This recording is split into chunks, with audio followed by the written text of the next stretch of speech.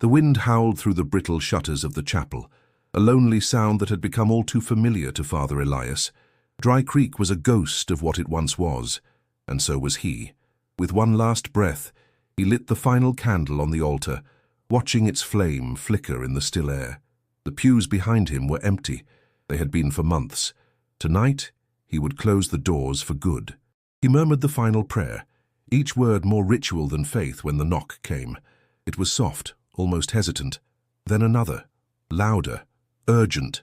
Elias froze. No one had come to the chapel in weeks. The people of Dry Creek had stopped believing in anything but surviving. He walked slowly to the door, hand brushing the crucifix around his neck as if it might prepare him. Outside stood 6 children. Their clothes were torn, their boots covered in red desert dust, and their faces sunburnt, frightened, and impossibly young. The oldest couldn't have been more than 12. "Are you Father Elias?" the girl asked, voice quivering but strong. He nodded. "I am. We need help," she said. "Our parents, they're gone." Before we go further into this strange and haunting tale, make sure you subscribe so you never miss a story that'll keep you holding your breath. Elias stared at the children, the desert wind whipping around them like a warning. His instincts screamed to ask questions, to demand explanations, but something in the girl's eyes silenced him. They were eyes that had seen too much too quickly. "Come in," he said, stepping aside. They filed in quietly, eyes darting around the worn wooden walls as though expecting the shadows to move. The smallest child, no more than a toddler, clung to his sister's dress, silent and sniffling. The girl guided them to a pew and sat them down, her own back stiff with the weight of responsibility. "What's your name?" Elias asked her. "Sarah, I'm the oldest." "Where are your parents?" They left yesterday to check on the livestock," she said, her voice steady, rehearsed. "We waited, all day. Then the night came, then another day. They didn't come back." "Where do you live?" "Out near Salt Ridge."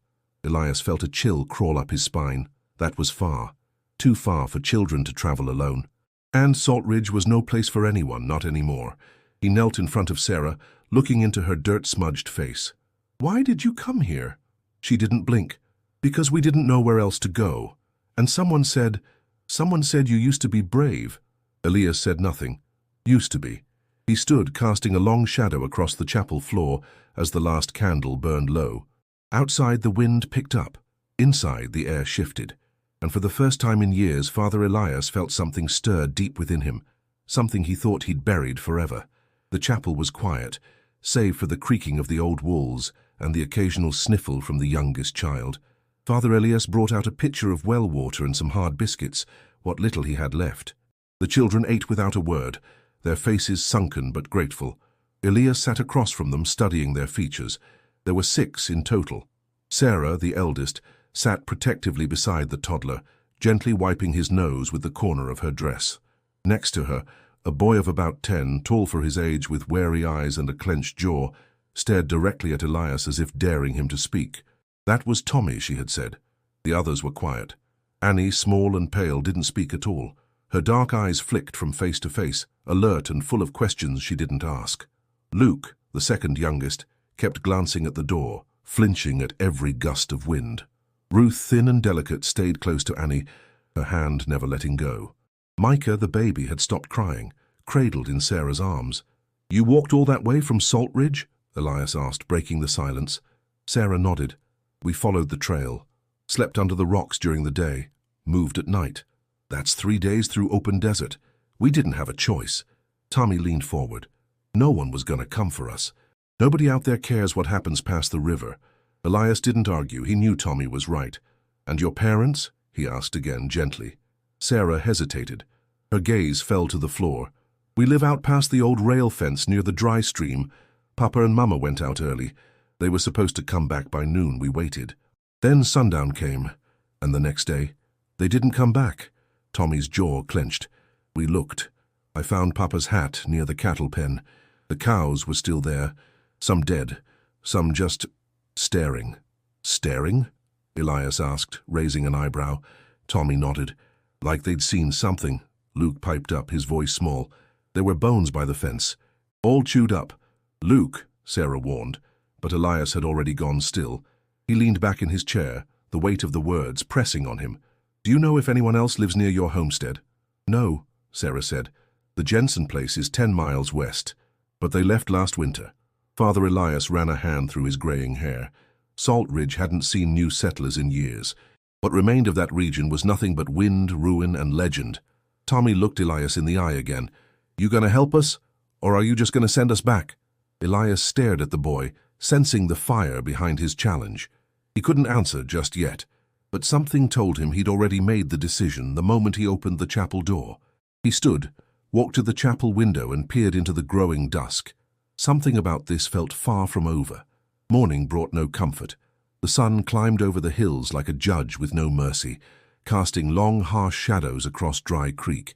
Father Elias left the children in the chapel with what little food remained and made his way into town.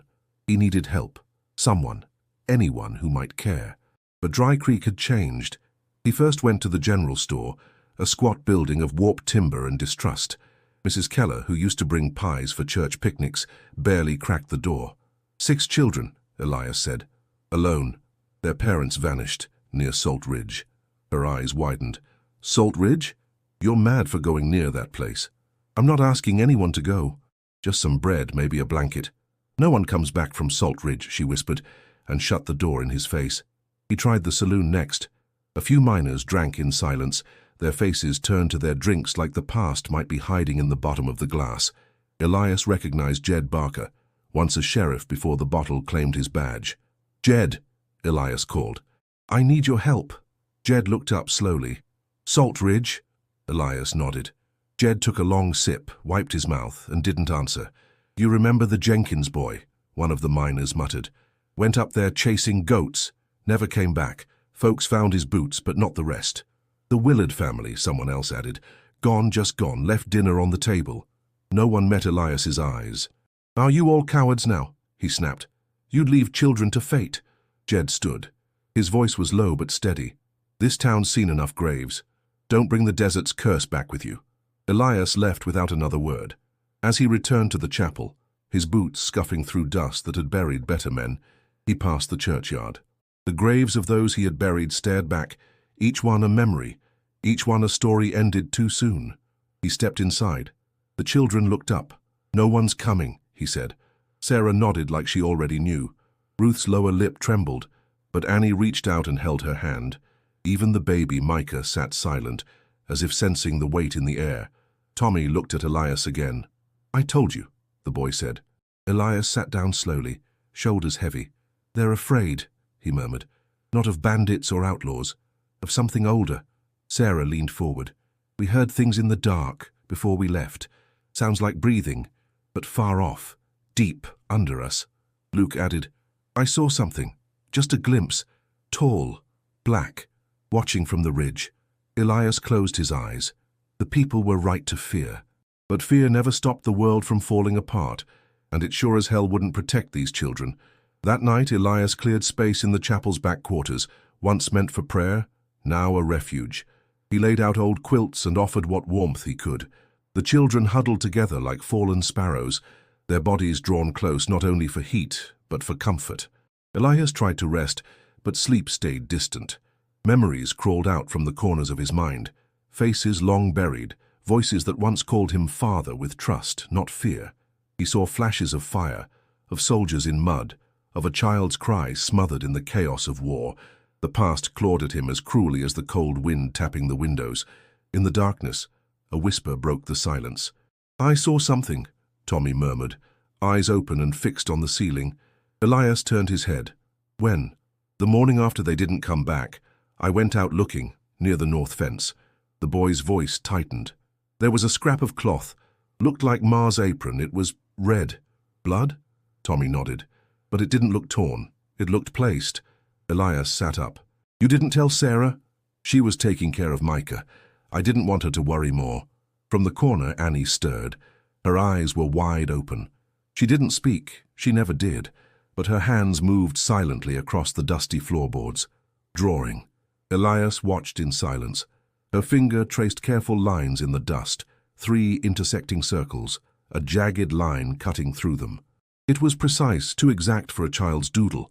What's that? He asked gently. Annie didn't answer. She only stared at it, then looked at Elias with something that didn't belong in a child's eyes. Recognition.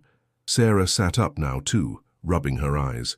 She draws it sometimes in her sleep. Elias's heart pounded. He reached for an old Bible resting on the shelf. Flipping through pages brittle with age, he found what he feared. Symbols like Annie's buried in the margins beside obscure verses. Warnings of spirits buried under earth, of voices that called men into the dust. He closed the book. The wind screamed against the chapel walls. Something was stirring. Not just the fear of children or the tales of miners, but something older, deeper. The fire cracked. Sparks popped into the dark. Sarah whispered, "Do you believe us now?" Elias didn't answer right away. "I don't think this is just about missing parents," she continued. "Something was wrong even before they vanished. Mama kept saying she heard things. Papa wouldn't go out after sundown." Outside, a lone coyote howled in the distance, then silence again. Too thick, too full. Elias stood and walked to the door, bolting it shut. He no longer questioned whether the children were in danger. The only question left was whether he had the strength to face what waited beyond the ridge, and what price he would pay to protect them. The wind died sometime before dawn, but the silence it left behind was worse. Not a bird, not a creak from the beams above, just stillness. Elias woke before the children, rising with a tightness in his chest he hadn't felt since the war. He stepped into the chapel's nave and paused. The back door, locked the night before, was now slightly ajar. He moved quietly, stepping outside, the dry air thick with unease. The ground was undisturbed, but something hung in the air, something not quite natural. Overhead, vultures circled in lazy spirals. Too many, too low. Elias returned inside. The children were stirring. Then Annie screamed. A piercing cry, high and sudden, not from fear, but something else. Her small hand pointed toward the chapel floor. There, in the same spot where she had drawn the symbol the night before, it had returned, only now etched deeper, not by her hand. Ruth clung to her, sobbing. Sarah rushed to her side. "Annie, what happened?" But Annie didn't speak. She simply sat and stared, rocking slowly. Then, with a trembling finger, she began tracing the air, forming the same circles, the same jagged line. Again and again.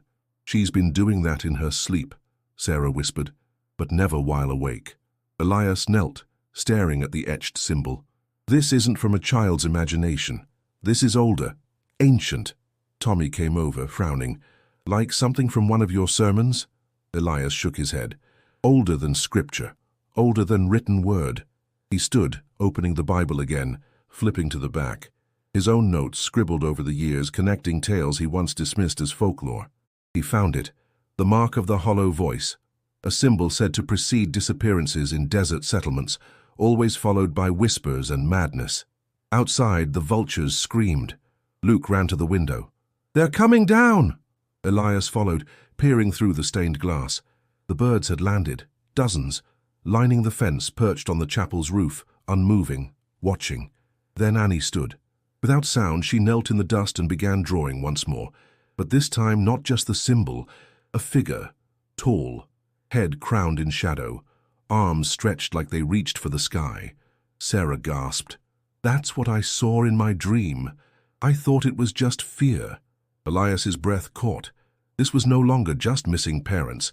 This was a summoning, a warning, or both. He turned to the children. "We're not safe here anymore." Tommy's jaw tightened. "Then where?" Elias looked toward the east, past the hills. "Salt Ridge." A chill swept through the room. "We go back," Elias said. "Not because we're ready, but because there's no safety left in running." He picked up the Bible, tucked it under his arm. Behind him, Annie whispered something, just one word, so soft it barely touched the air. "Dustbound." They left at first light. Elias took his old mule, and Sarah, Tommy, and Luke rode in the wooden cart behind, bundled in heavy coats to shield from the rising heat. The younger three, Annie, Ruth, and Micah, remained in the care of the chapel's only true guardian now, prayer and locked doors. The journey was slow. Salt Ridge sat nestled between broken hills and dried riverbeds, miles from what anyone called safety. Along the way, none of them spoke much. Elias kept one hand on the reins and the other near his satchel, where the Bible and a rusted revolver rested side by side. They passed scorched trees, their trunks blackened by old lightning or something worse. Buzzards no longer circled. They had fed enough. By midday, the horizon split. "There," Sarah pointed. "That's our land." The ranch lay eerily still. The fence around the livestock pen had been trampled. No movement, no sound. They dismounted and approached on foot. The house stood, though the door hung ajar, creaking in the breeze. Inside, Elias found broken plates on the floor, dried blood on the wall, and no sign of struggle, only absence, as if the place had been drained of presence, not just life. Sarah picked up a scarf near the hearth. "This was Mama's," she whispered. Tommy kicked a chair leg, face tight. They didn't fight, they just disappeared. Luke wandered toward the back of the house. "Elias," he called. "Come see this." Behind the home, carved into the doorframe, was the same symbol Annie had drawn, fresh, not done by a child's hand. Elias touched it, the groove deeper than any knife might cut. They were marked. The ground beyond sloped downward into a ravine where the mines once breathed gold into Dry Creek. Now they gaped like open mouths, black, silent, waiting. "We used to play near the first tunnel," Sarah said. "Papa warned us never to go inside, said it was cursed." They approached the mine. The entrance yawned wide, a crooked support beam hanging like a broken limb. Faint, rhythmic echoes pulsed from within, like breathing or a heart too large to be human. Elias lit a lantern. "Stay close." The mine swallowed the light quickly. Dust rose with every step, and the air thickened. Along the walls, symbols had been carved, not in stone but in something softer, darker, almost like dried flesh. Luke gagged. Deeper inside, they found remnants of something unnatural. Candles melted into bone, animal skulls placed in a circle. Dried flowers turned to ash. A whisper passed through the chamber, curling around their ears like wind with a voice. Elias clutched the Bible tighter. "We shouldn't be here," Sarah said. "I know," he replied, "but this is where the truth lives." From the tunnel ahead came a rasping breath, slow, wet, alive. Then a figure staggered into the light, bloody, wild-eyed, broken. "Help!" the man wheezed. They took the light." The man collapsed in Elias's arms. Blood soaked his shirt, and his face bore deep scratches like something had tried to tear through him. His eyes, though wide open, stared beyond them all, into a place none of them could see. Elias lowered him gently to the ground. "Who are you?" The man coughed, choking on his breath. "Jensen. Name's Jensen, from the West Ranch." Sarah gasped. "He lived near us. Mama used to trade eggs with his wife." "There was no one left when we passed through," Elias said. The man tried to lift his head. "They went in, looking for something. Thought it'd save us. Thought it'd bring the rains back." "What did?" Elias asked. "The voice," Jensen whispered. "It came in the wind. Promised light. We followed. But it lied." His body convulsed and he grabbed Elias's collar. "They're still here," he rasped. "Below, hollowed out, walking, but they're not who they were." And then, with a final rattling breath, he died. Tommy took a step back. "We need to go. Now." But the mine groaned. A low, grinding sound, like stone scraping against bone, echoed through the tunnel. Elias rose slowly. "We go deeper." Sarah stared at him. "What? Why?" "Because the answers we need aren't behind us anymore. They're in the dark." They moved forward, lantern flickering. The tunnel grew tighter. The air felt wrong, too heavy to breathe, thick with something sour and old. Luke held Elias's coat, eyes wide. Then the visions began, not dreams, memories. Elias saw his son again, David, running in the field behind their old chapel, hair golden in the sunlight. Then the flash, the fire, the battlefield. He stumbled, heart racing. "Father?" Sarah asked. He blinked, and David was gone. "I'm fine," he lied. But they all felt it, whispers in the stone, thoughts not their own. Sarah began to tremble. "Someone's watching." Tommy clenched his fists. "This place wants us to remember. It feeds on it." The walls glistened with moisture that hadn't come from any rain. Symbols glowed faintly along the rock, pulsing like veins beneath skin. At the end of the tunnel, a chamber opened, and at its center, an altar. Not of wood or stone, but bone, twisted and fused together, surrounded by dried flowers and broken dolls. The children stepped back. Elias approached. On the altar lay a book, bound in leather too pale to be animal. It hummed. He opened it. The first page read only, "We are the dust-bound. We do not die. We wait." A sound behind them. Footsteps, shuffling, bare feet on rock. They turned, lantern raised, and out of the darkness came a shape. Tall, thin face stretched like wax. Its mouth opened in silence. Then another followed, then two more. And every one of them wore the face of someone once known. Sarah screamed. Tommy grabbed Elias. "They're not alive, they're what's left." Elias drew his revolver with a shaking hand. "I know." They ran, down twisting shafts, past pulsing walls that seemed to breathe with every footfall. The lantern flickered, throwing shadows that bent in unnatural ways. The creatures behind them, those mockeries of loved ones, moved slowly, but they were many and relentless. Tommy slipped on loose gravel. Elias grabbed his arm, yanking him up before he could fall into the chasm below. The mine seemed alive now, echoing with voices that weren't theirs. Half prayers, half laughter, all wrong. They burst into a narrow side passage and slammed a wooden support beam into place behind them. For a moment, only silence. Elias leaned against the wall, chest heaving. "Is everyone all right?" Sarah nodded, arms around Luke. Tommy swallowed hard. "What were they?" "Echoes," Elias said. "Shells. The dust-bound. They don't kill to destroy. They hollow. Fill what's left."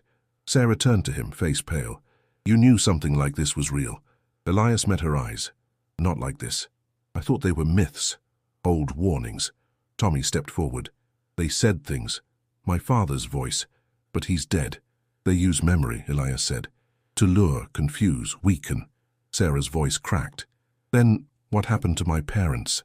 The question hung heavy. "We don't know," Elias said, "but we're going to find out." They pressed on. The tunnel curved downward again, and the walls changed. Here, instead of rock, they were packed with clay, etched with more of the strange symbols. This was older than the mine, older than Dry Creek. Ahead, the tunnel widened. The air grew colder. A second chamber opened before them. This time, they were not alone. Figures in tattered robes stood around a pit, silent, unmoving, their faces hidden beneath veils of ash. In the center, the pit pulsed with faint light. It wasn't fire. It wasn't flame. It was hunger. Elias raised his hand, halting the children. One figure turned. A voice, high and hollow, drifted toward them. "You come bearing light. It will not save you." The others turned in unison. Sarah whispered, "They're not alive. They're remnants," Elias said, "left behind by the dust-bound. Worshippers." The first figure stepped forward, removing her veil. Sarah staggered. It was her mother. But her eyes were gone, replaced by pits of black, her mouth sewn shut with strands of hair. Sarah rushed forward. Elias caught her. "It's not her. She's wearing Mama's cross. Look." Elias didn't let go. "It's a trap. She's gone." The creature hissed, and the others followed suit. A chant rose. They circled the pit, hands raised, voices growing. Tommy shouted, "What are they doing?" Sarah's lip quivered. "They're finishing what they started." "The summoning," Elias said. "They were calling something into this world, and it's almost here." From the pit something moved, something vast. Sarah turned to Elias, desperate. "What do we do?" Elias pulled the Bible from his satchel, flipping it open with trembling hands. "We pray." And for the first time in years, he meant it. The chant grew louder. It pressed against their skulls, worming into their thoughts like sand through cracks. The robed figures swayed in rhythm, arms raised to the pulsing pit. From below, a presence rose, slow and dreadful, like something vast unfolding in the deep. Elias opened the Bible, its pages fluttering as if caught in a storm, though no wind moved. Sarah clutched his sleeve. "Whatever that thing is, it's coming." The pit cracked. A split in the earth, widening, and from it emerged tendrils of ash, reaching, grasping. One brushed the floor and instantly turned the rock black. "We stop it here," Elias said, stepping forward. Tommy grabbed his arm. "There's too many of them."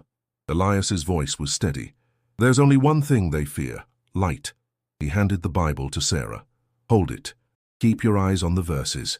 Then he drew the flask from his coat, holy oil blessed long ago by a man who once believed the desert could still be saved. He moved toward the altar, oil in hand.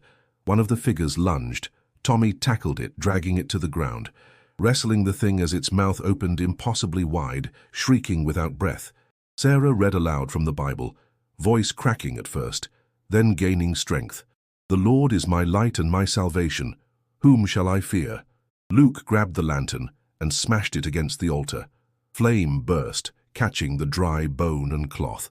Elias poured the oil over it, igniting it fully. The pit roared. Ash tendrils recoiled. The figures howled, voices turning into something between wind and scream. The chamber trembled. Cracks spidered across the ceiling. "We have to go," Sarah shouted, but Elias didn't move. He stood at the altar, arms raised, reciting scripture through clenched teeth as the light fought against the dark. Then something changed. The air grew still, like the moment before lightning. Our shadow rose from the pit, taller than any man, made of dust and hollow flame, crowned with antlers of charred wood. Its face was nothing but a void. The dust bound. Elias breathed. It looked directly at him. His words faltered. The void opened. Then Sarah's voice rang out, strong, defiant. "Though I walk through the valley of the shadow of death, I will fear no evil." Elias met her gaze. He smiled, then turned and hurled himself into the altar, driving it into the heart of the pit. The explosion of light wasn't fire. It was something purer, holy. The chamber collapsed, rock fell, screams vanished, and the dust turned gold before it disappeared. Silence. Sarah opened her eyes. The figures were gone. The pit was sealed, and the mine, what was left of it, was still. She looked around. "Where's Elias?" Tommy stood, bruised and scraped, eyes scanning the broken floor. Only the Bible remained, pages open to the verse he'd spoken last. Luke whispered. He stayed behind. Sarah picked up the book. "No," she said. He finished what he was called to do. Weeks passed. Dry Creek began to change. Where once the chapel stood as a hollow shell of forgotten prayers, now laughter echoed through its halls. The children had returned. Sarah, Tommy, Annie, Luke, Ruth, and baby Micah, carrying more than just survival. They carried Elias's legacy. Sarah took to reading from the Bible every morning, her voice steady like the priest who taught her how. Tommy repaired the chapel's roof, learning quickly, his hands calloused but confident. Annie still didn't speak, but she drew daily, not symbols of fear anymore, but flowers, stars, and the chapel beneath a golden sun. The townsfolk noticed. At first they came only to watch. But then Mrs. Keller brought bread. Then Jed Barker helped rebuild the fence. And finally, one Sunday morning, the pews weren't empty anymore. The children didn't speak of the mine, not publicly. They said only that Elias was gone, and that he had died saving them. Some believed, others whispered, but none denied the change. Ruth would often point to the steeple at sunset and say, "That's where the light lives now." They never saw Elias again. Yet sometimes when the evening wind swept through the desert and the chapel bells rang softly on their own, Sarah would close her eyes and smile. She knew he was there. One afternoon, while dusting the old altar, she found something hidden beneath the floorboards. Elias's satchel. Inside, the Bible lay open to a verse she hadn't marked. She read it aloud, her voice barely above a whisper. "Greater love hath no man than this, that a man lay down his life for his friends." She closed the book and held it close. The sun dipped behind the hills, casting long golden rays across the desert floor. Dry Creek wasn't whole, not yet, but it was healing. The darkness beneath the earth had been sealed, and though they didn't know for how long, they had hope. Hope planted by a priest who had once planned to walk away. Hope carried now by 6 children who had every reason to fall but chose to rise. And so, when the bells rang at dusk and the people gathered inside the chapel, they did not come out of fear. They came for faith. They came for memory. They came for the future. And when Sarah stood at the pulpit, holding the same worn Bible Elias had once gripped with blood-stained hands, she ended each reading the same way he used to, with light in our hearts and dust behind us. Thank you for walking with us through the darkness of Dry Creek. If you haven't yet, make sure to subscribe so you never miss the next story. And don't leave just yet. Click on the video on your screen now to uncover what happened when another stranger arrived in town, carrying a message that should have never left the mine.